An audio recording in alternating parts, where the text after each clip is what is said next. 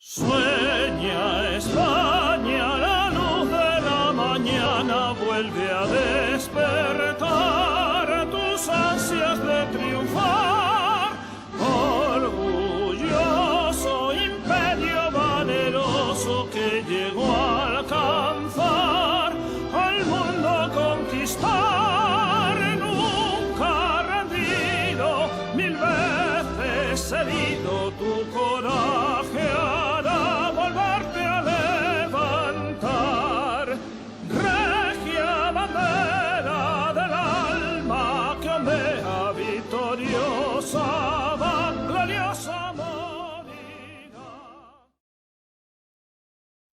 Cristóbal Colón descubrió América para la corona española en 1492.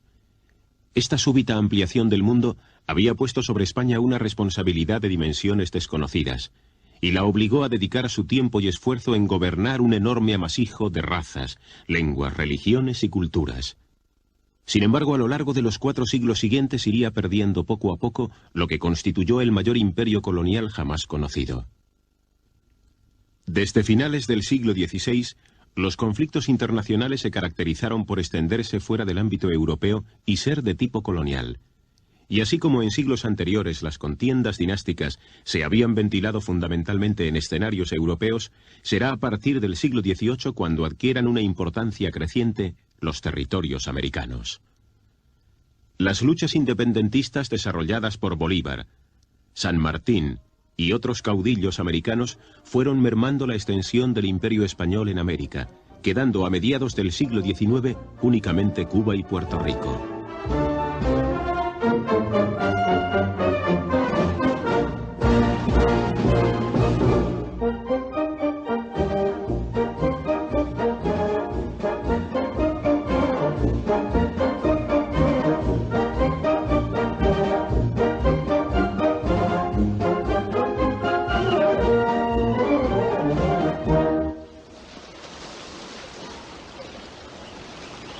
Cuba, origen y desencadenante final de la pérdida de las Antillas españolas, tuvo intentos separatistas por parte de sectores reformistas cubanos desde comienzos del siglo XIX.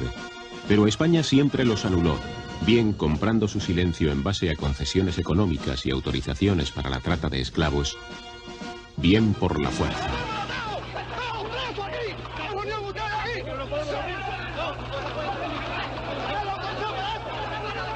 En estos intentos emancipadores de los territorios antillanos cobra especial interés la relación existente entre los independentistas cubanos y las sociedades secretas que operaban entonces, especialmente la masonería.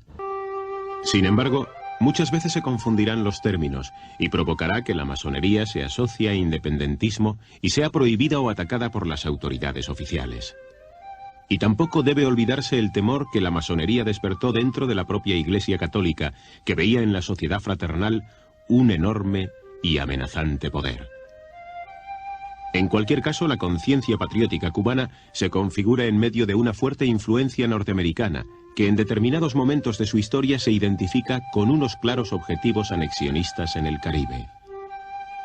Este interés norteamericano por el área del Caribe venía sin embargo de bastante tiempo atrás. En 1823 el presidente norteamericano Monroe proclama la doctrina América para los americanos, piedra angular de su política exterior respecto a Europa e Iberoamérica. Aquello constituía una clara advertencia a las potencias europeas, especialmente a Gran Bretaña y España. Tras la anexión de Texas y California, que formaban parte de México, en 1852 Estados Unidos manifiesta al gobierno español su deseo de comprarle la isla de Cuba por 100 millones de pesos. En 1868 se produce en la isla un levantamiento que proclama la independencia de Cuba y que cuenta con el apoyo de casi todos los llamados libertadores, Céspedes, Agramonte y tantos otros, iniciándose así las guerras coloniales contra España. El llamamiento del líder cubano Céspedes en 1869 para que el gobierno de los Estados Unidos reconociera a Cuba como Estado soberano resucita la antigua cuestión de la compraventa de la isla, y un año después el presidente norteamericano Grant vuelve a plantear de nuevo la compra de Cuba a España. Esta práctica de la compraventa era por aquel entonces algo relativamente habitual. Los Estados Unidos habían comprado a España la Florida, a Francia la Luisiana, y habían terminado recientemente una gran operación, la compra a Rusia de todo el territorio de Alaska. No acertaban a comprender por qué España se negaba a vender Cuba, un territorio que desde 1812 estaba en el pensamiento oficial norteamericano. A España, tras haber sofocado la sublevación en Cuba y sufrir durante 10 años un enorme desgaste en vidas humanas y en dinero, se le presenta en 1895 otro levantamiento preparado por José Martí, líder cubano indiscutible. Aunque con su muerte ese mismo año, la revolución perdería un bastión importante, Maceo y Gómez retomarán la lucha que se extiende de forma incontenible por el oriente de la isla. El interés que España tenía en Cuba era por partida doble. Por un lado, la colonia era el mayor mercado de exportación que tenía. Cuba era, además, uno de los territorios más ricos de España, y de su creciente progreso habla por sí solo poseer ferrocarril desde 1837, es decir, 13 años antes que en la metrópoli. Por otro lado, existía un evidente interés político. España no deseaba otorgar mayor libertad y autonomía a la isla. Salvo algunas voces surgidas del sexenio revolucionario y de los republicanos de Pi y Margall, el gobierno y los diversos partidos políticos españoles creían absolutamente necesaria la intensificación de las operaciones militares para terminar con la molesta insurrección. Pronto las vías de conseguir que fuerza plomo calientes y balas americanas. Se produce en la sociedad española una exaltación patriótica que induce a los gobernantes, aristocracia, partidos políticos, periódicos y a la casi totalidad de los españoles a pedir de forma unánime mano dura en Cuba. El avance revolucionario en este periodo de la guerra y la incapacidad de frenar la insurrección mambisa provocó en febrero de 1896 la sustitución del general Martínez Campos por Valeriano Bayler al frente del gobierno español en la isla. Bayler, con sus duras medidas represivas, hizo desaparecer por completo cualquier posibilidad de acuerdo de paz. Pidió más tropas y llevó al teatro de operaciones más de 200.000 hombres, prometiendo terminar con la insurrección en 2 años. El gobierno español había prometido gastar hasta la última peseta y derramar hasta la última gota de sangre por defender el territorio de Cuba. Si se tiene en cuenta que con la ley de reclutamiento de 1885, un quinto podía redimirse del servicio militar obligatorio, que por entonces duraba 8 años, mediante el pago de 2.000 pesetas, fueron las clases más pobres y humildes las que llevaron la peor parte en este drama de la guerra. Muchas familias no podían pagar esa exorbitante cantidad, y otras, algo más afortunadas, hipotecaban propiedades y bienes por el resto de sus vidas, con tal de evitar el envío de sus hijos a un lugar de donde solo 1 de cada 2 españoles regresaba.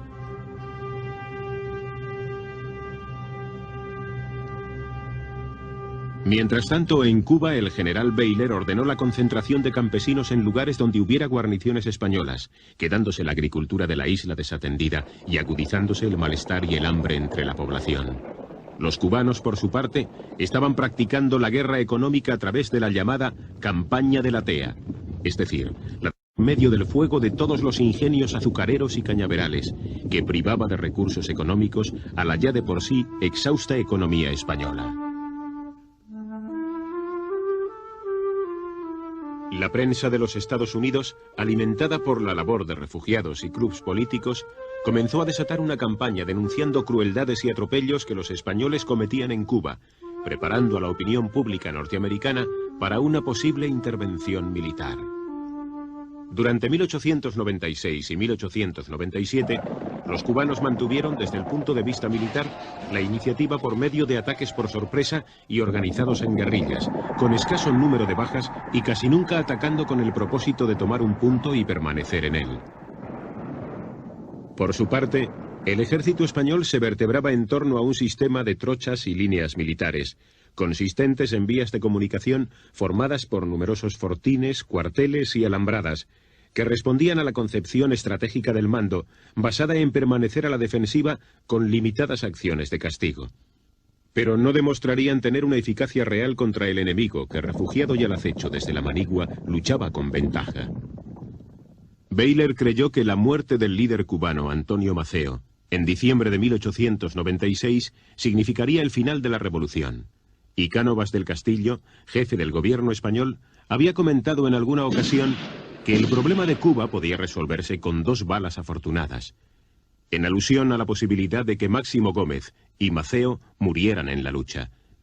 El destino hizo que Cánovas, que no podía sospechar de una muerte por bala, muriera de un disparo el 8 de agosto de 1897. La situación militar en Cuba se fue agravando, ya que el ejército español había quedado reducido a la defensa de ciudades, pueblos, trochas y líneas militares. En el campo, el dueño indiscutible era el ejército cubano. Por su parte, el gobierno español relevó a Baylor como capitán general de la isla por el general Ramón Blanco. 1898 comenzaba para el gabinete español de Sagasta con unas perspectivas aparentemente favorables. En Cuba y Puerto Rico se implantaba la autonomía.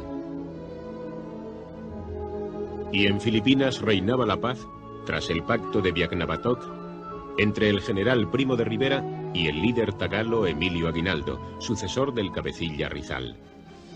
El pueblo español, si bien vivía confiado en la victoria ante un posible conflicto, tenía también otras preocupaciones: la temporada taurina, la celebración de carnavales y los estrenos teatrales.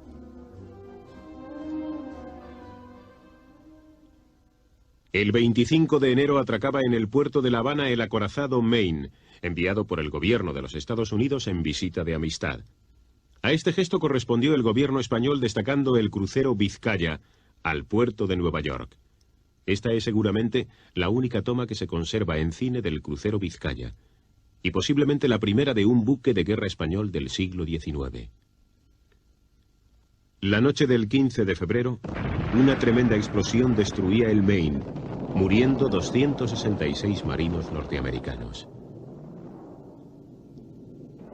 El panorama internacional se ensombrecía por momentos y las relaciones con los Estados Unidos, de por sí ya difíciles, se habían tornado extremadamente vidriosas a partir del siniestro del Maine. La voladura del Maine constituyó un lamentable suceso que se incorporó como un argumento más para la declaración de la guerra. Los americanos no permitieron que una comisión conjunta investigara las causas del accidente. Sin embargo, a pesar de que el bando estadounidense dictaminara que la explosión se produjo desde fuera del casco del barco, posiblemente por una mina submarina, los españoles declararon no ver peces muertos en la bahía y sostenían que la explosión pudo producirse en el interior de la nave por la combustión espontánea de algodón pólvora con que se cargaban los torpedos. Lo cierto es que 17 años después, en 1911, se volvió a examinar en seco los restos del casco, y la Comisión Americana se ratificó en sus conclusiones, aunque con variaciones. Inmediatamente después, se decidió hundir los restos del barco en alta mar y dar por concluida la investigación. Tendría que ser muchos años después, el propio padre de los submarinos atómicos americanos, el almirante Rickover, quien declarara que lo del Maine pudo deberse a una combustión interna y espontánea de las carboneras, descartando la idea del sabotaje y censurando la ligereza de la comisión investigadora.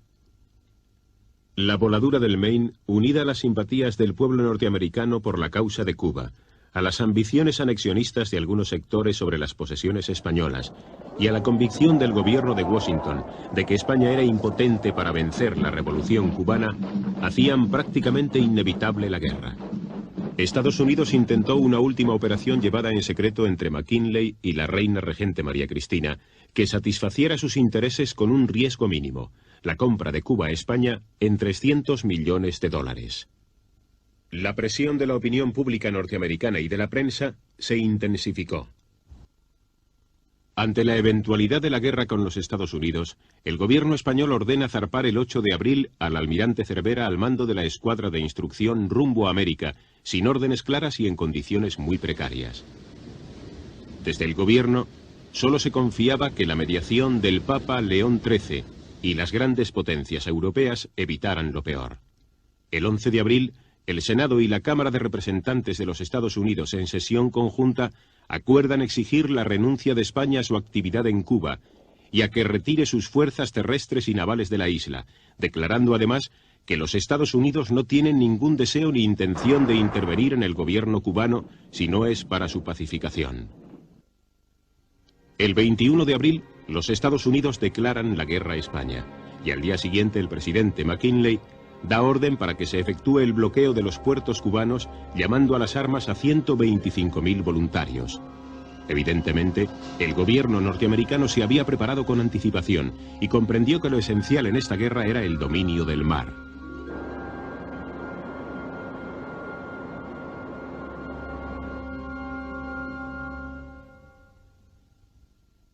Para ello destacó sobre las posesiones insulares españolas 3 escuadras: las del almirante Sampson y del comodoro Schley, que deberían dirigirse a Cuba y practicar el bloqueo de los principales puertos cubanos, y la del comodoro Dewey, que anclada en Hong Kong partiría hacia Filipinas.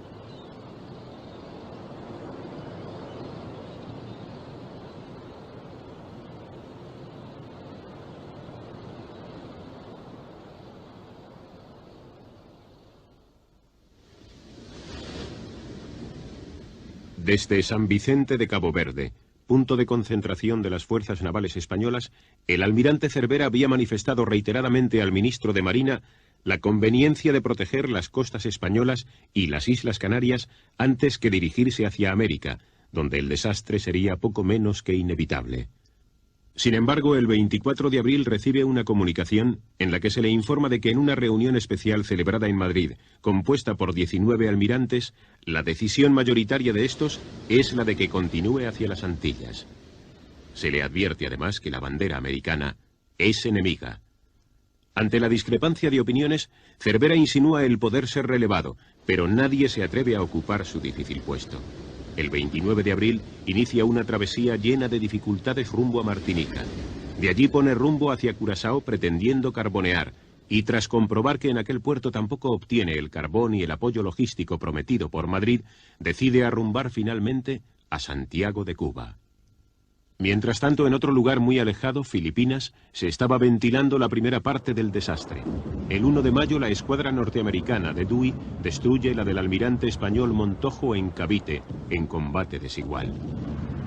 El desastre de Cavite, con 101 muertos y 250 heridos, solo sirvió para comprobar que la débil y anticuada escuadra colonial española, apta para combatir a filibusteros y piratas que poblaban aquellas aguas, no podía hacer nada frente a una escuadra de combate mucho más poderosa que ella. A Filipinas se destina entonces desde España una tercera escuadra, la de reserva, mandada por el almirante Cámara, con la intención de recuperar el dominio naval, pero en Port Said queda bloqueada, negándole el gobierno británico carbón y el acceso a través del canal de Suez. Una vez más, las escasas y dispersas fuerzas españolas se ven obligadas a retroceder, dejando al único acorazado que poseía España, el Pelayo, y al crucero Carlos V fuera del teatro de operaciones de la guerra. El destino provocó que cuando la escuadra de Cervera navegaba rumbo a América, se enviara desde Madrid un telegrama de rectificación de la orden anterior que le facultaba para volver a la península, posiblemente motivado por el resultado de Cavite. Sin embargo, aquel telegrama no llegó a tiempo y ya era demasiado tarde para volverse atrás. La entrada de Cervera en Santiago se produjo el 19 de mayo con las precauciones impuestas por el bloqueo naval americano y con el propósito de cooperar con los cerca de 9.000 hombres que el ejército español tenía allí destacados. Más de 1.000 infantes de marina fueron enviados a reforzar las defensas terrestres de Santiago.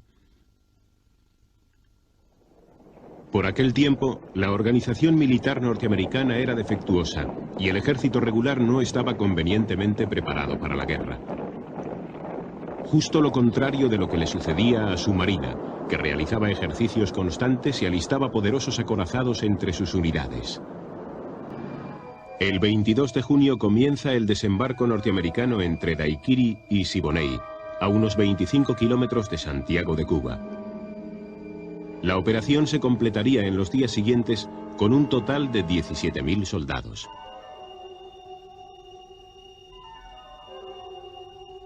Casi 50 buques entre transportes de guerra y acorazados que los protegían tomaron la playa sin apenas resistencia por parte española.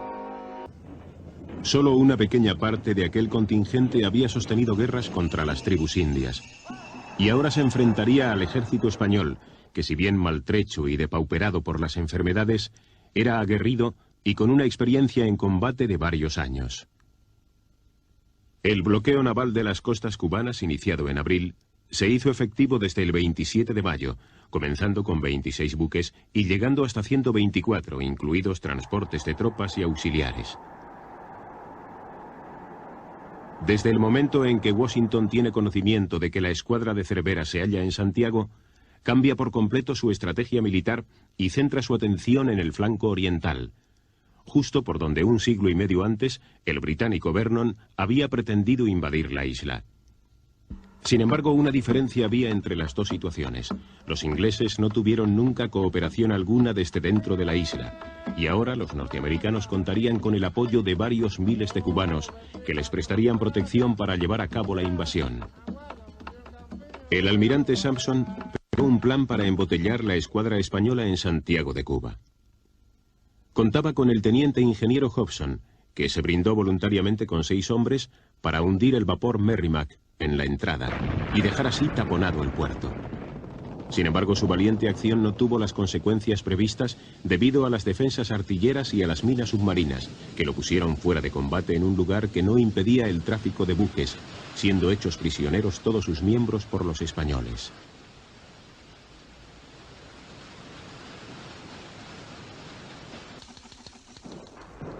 Una vez iniciados los combates en tierra y retirados los españoles de las Guasimas, el general Shafter dispuso varios días después que se atacara al Caney y la Loma de San Juan, ya que estimaba que estas posiciones constituían la llave para la conquista de la ciudad de Santiago de Cuba.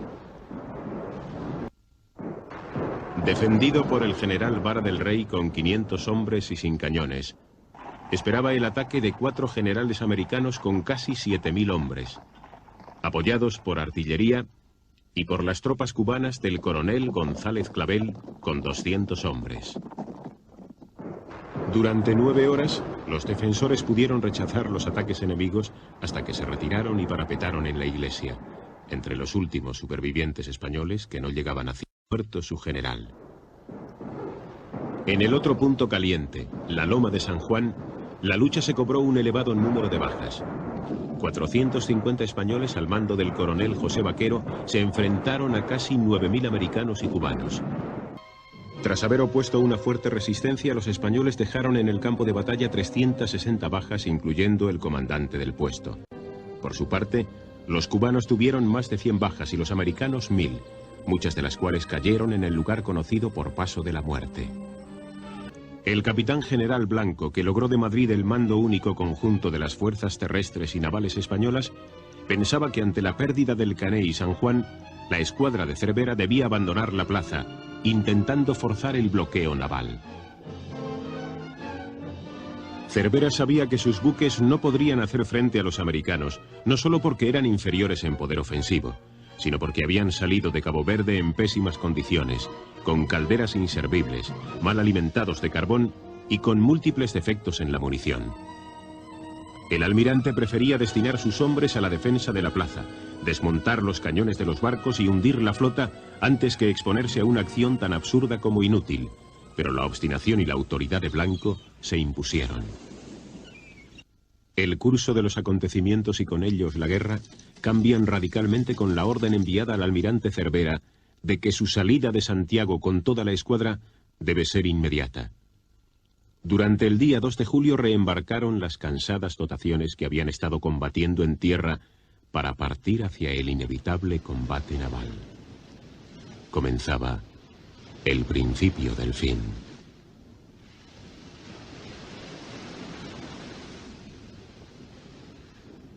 A las 9:30 de la mañana del domingo 3 de julio, salía de Santiago de Cuba la escuadra española por el estrecho y largo canal que imponía el paso de sus barcos de uno en uno.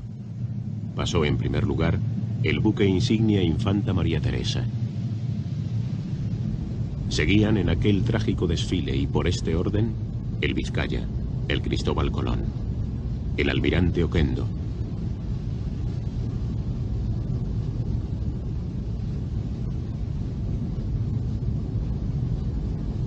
A una distancia mayor, los destructores o cazatorpederos Furor y Plutón. En el momento de la salida de la escuadra española se encontraban frente a ella los acorazados y cruceros americanos Brooklyn, Texas, Iowa, Oregón, Indiana y los buques auxiliares Gloucester y Vixen que cerraban el semicírculo. El New York, donde se encontraba el almirante Sampson, estaba algo más alejado debido a que iba a celebrar una reunión con Shafter en Siboney. A las 9:35 asomaba por la boca del puerto de Santiago el Teresa. Justo en ese momento acababa de dar vuelta al bajo del Diamante entre el Morro y la Socapa, en medio de un silencio sepulcral por parte de las dotaciones. Tan pronto como salió, el Teresa se lanzó a toda velocidad contra el primer barco enemigo que halló más cerca, el Brooklyn, rompiendo sobre él un fuego rápido con toda su artillería, excepto el cañón de proa que reservaba para distancias más cortas. En ese momento la artillería americana se concentró sobre el buque insignia español, que aguantó como pudo la lluvia de fuego y metralla que le venía de 4 de los acorazados americanos. El Teresa fue tocado de gravedad al reventar varias granadas en popa, inutilizándole la máquina y disminuyendo su velocidad. Casi simultáneamente se iniciaron varios incendios a bordo que rápidamente se propagaron debido a la gran cantidad de madera que tenía el buque. Entretanto, el Vizcaya, seguido del Colón, franqueó la salida y, obedeciendo ambos las instrucciones concertadas, trataron de escapar sin preocuparse de los contrarios, que en ese momento estaban cebados en el buque insignia español, ya herido de muerte. El cuarto crucero en salir, el Oquendo, recibió una lluvia de proyectiles incluso antes de aparecer en el escenario del combate, inutilizándole la torre de grueso calibre de proa con grandes incendios a bordo, que le obligaron a morir a media milla del barco insignia, y como aquel, estrellado contra las rocas. Los cazatorpederos Furor y Plutón apenas quedaron al descubierto, fueron blanco de los acorazados americanos, que dieron rápida cuenta de ellos en una lucha desproporcionada y desigual. El Plutón quedó prácticamente partido en dos al recibir un proyectil de grueso calibre del Indiana, pudiendo embarrancar en la costa y salvándose la escasa tripulación superviviente.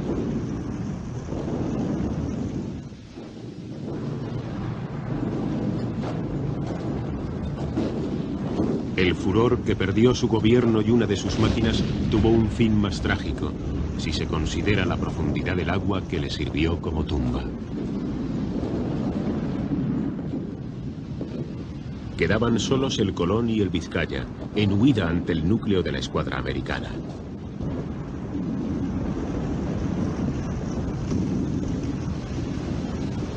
Ya el New York venía ganando terreno para impedir el escape de los cruceros españoles. El lento andar del Vizcaya le hizo perder terreno y tras hora y media de combate embarrancó en aserradero a las 11:10 de la mañana, convertido en un horno de fuego y muerte. La tripulación superviviente tuvo que enfrentarse además al ataque de tiburones y a disparos que les hicieron desde la playa algunos cubanos incontrolados. En medio de la persecución, el comandante del Colón recibió un aviso de la sala de máquinas de que el carbón de buena calidad que tenían se les estaba terminando. La situación era cada vez más comprometida, porque el Oregón le estaba recuperando el terreno perdido, y tras él acudían el Brooklyn, el Texas y a mayor distancia el New York. La velocidad del Colón disminuía por momentos. Pero la realidad era otra muy diferente. El comandante Díaz Moreu, alcanzado por los buques norteamericanos e impotente para seguir combatiendo contra ellos, dio orden de virar hacia la playa, junto a la desembocadura del río Turquino, abriendo las válvulas de fondo, con objeto de asegurar la pérdida completa del crucero y evitar la entrega del último buque de la escuadra española al enemigo. Todo esto ocurría a la 1:15 de la tarde. En 4 horas se perdieron 29.000 toneladas en buques y más de 112 cañones, produciéndose 323 muertos y 151 heridos.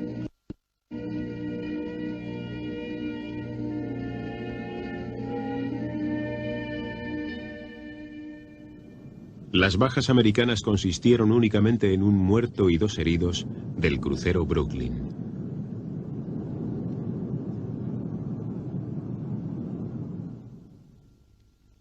De los datos obtenidos con posterioridad al combate se supo que el número de impactos registrados fue de 123 en los buques españoles, frente a 64 en los americanos. Si todo ello se compara en relación al número total de disparos efectuados por ambos bandos, así como a la orientación del sol y a la posición favorable de la escuadra americana, se deduce que la puntería de la artillería española fue sensiblemente superior, aunque de nada le valió.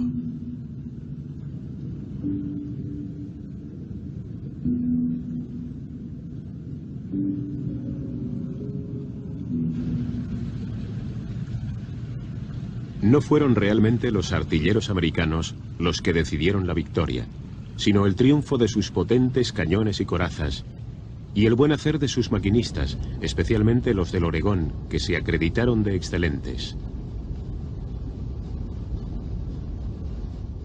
En cuanto a la idea de escapar de noche, que se había contemplado en varias ocasiones, se había convertido en irrealizable por la utilización permanente de proyectores eléctricos en la escuadra americana, que se situaba de noche a solo 2 millas de la entrada del puerto, sin estar amenazada por las baterías costeras españolas. Cualquier intento de salida se hubiera traducido en el naufragio del buque guía y en la varada y destrucción de los demás, aparte de una pérdida probablemente superior en ahogados y desaparecidos.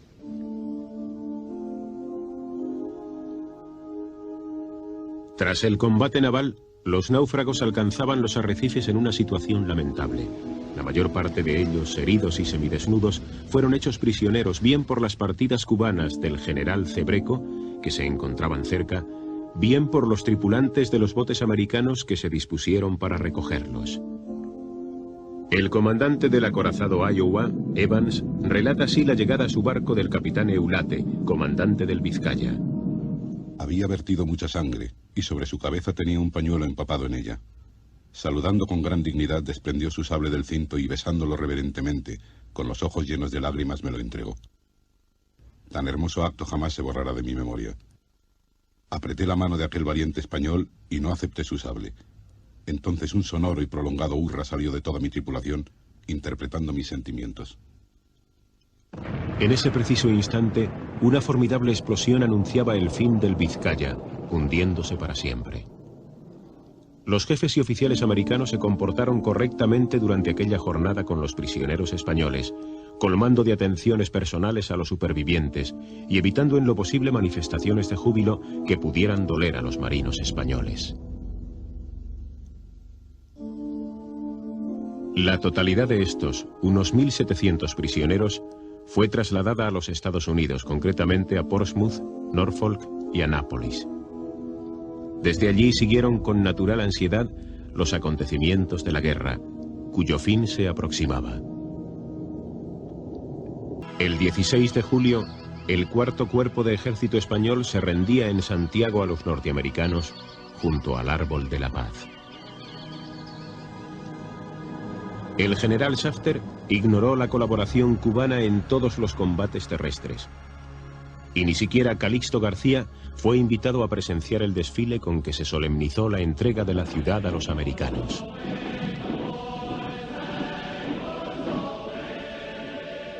Posteriormente se perdieron algunos días en comunicaciones diplomáticas entre Madrid y Washington encaminadas a aclarar algunas de las condiciones impuestas por los vencedores.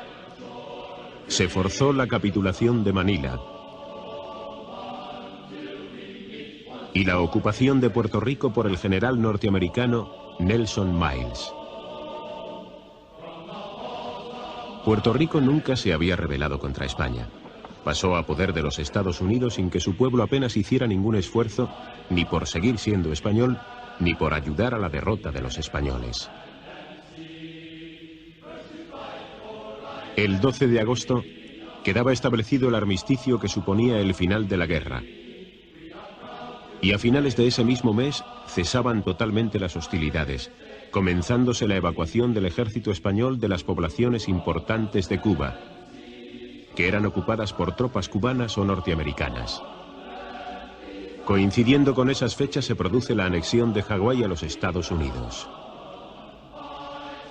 El 10 de diciembre de aquel año de 1898, se firmaba en el Ministerio de Negocios Extranjeros de París el Tratado de Paz, por el cual España perdía la soberanía de Cuba, Puerto Rico, Guam, el archipiélago de las Marianas y las Islas Filipinas. A los cubanos no se les invitó a enviar representantes a la conferencia, y España, con Montero Ríos a la cabeza de su delegación, pudo así vengarse de sus antiguos súbditos, manifestándose de acuerdo en que se les excluyera. El 1 de enero de 1899, en el Palacio de los Gobernadores Generales de La Habana, se protocoliza el acto solemne por el cual dejaba de existir la soberanía española en la isla de Cuba, tras 406 años de permanencia, y empezaba la de los Estados Unidos. La guerra había durado 113 días, y la acción militar de los Estados Unidos provocó en Norteamérica un estado de exaltación imperialista y anexionista. Habían vencido a una potencia europea, que si bien ya no representaba una seria amenaza, era todo un símbolo. Pero España perdió la guerra no por aquel combate, sino porque el gobierno prefirió librar una guerra que sabía perdida de antemano antes que afrontar una crisis global del régimen. El gobierno sabía que ni el pueblo, ni su ejército, y ni tan siquiera su prensa aceptarían una retirada sin lucha ante la injerencia de los Estados Unidos en la cuestión cubana. La guerra constituyó para el gobierno un mal menor, decidiéndose a hacerla en la mar como si se deseara que la derrota se consumase lo antes posible y poder terminar así con la pesadilla. España desaprovechó otra posibilidad, la de emplear en el escenario naval el submarino Peral modernizado, que constituía prácticamente un arma casi secreta. Si bien la Marina Americana, que también disponía de otro modelo, el Holland, no lo consideró necesario y tampoco lo utilizó en el conflicto. España pagó un alto precio. Al inmenso coste económico hay que añadir más de 100.000 muertos, de los cuales solo el 5% lo fueron por combates o a consecuencia de las heridas. El resto, más de 90.000, fueron víctimas de todo tipo de enfermedades. Las lecciones de un pasado no lejano no habían servido para nada, y el empecinamiento en mantener el dominio sobre unos territorios que deseaban ser libres condujo al desastre. Inútiles fueron el honor y el heroísmo, tan estimados por los políticos españoles y con los que se había envenenado a la opinión pública, frente a un enemigo muy superior. El siglo XIX había comenzado para España con el desastre de Trafalgar, y terminó con el desastre colonial en medio de un ambiente de decadencia y pesimismo y con una conciencia de fracaso del sistema. España perdía algo más que unos mercados protegidos y los últimos restos de un imperio. Desaparecía como potencia mundial. En ese momento, el joven don Alfonso cumplía 13 años de edad, y la institución monárquica española había podido resistir el tremendo golpe después de un siglo que había pasado sin pena ni gloria con 4 reyes, 3 regencias, una reina, una república y con más de 90 gobiernos. España entraría en el siglo XX intentando sustituir el americanismo por una política africanista con la cual tampoco acertó. Continuaría ascendiendo por los peldaños del deterioro social hasta desembocar en una guerra civil, y no se encontraría a sí misma ni restañaría sus heridas hasta muchos años después de iniciado el nuevo siglo.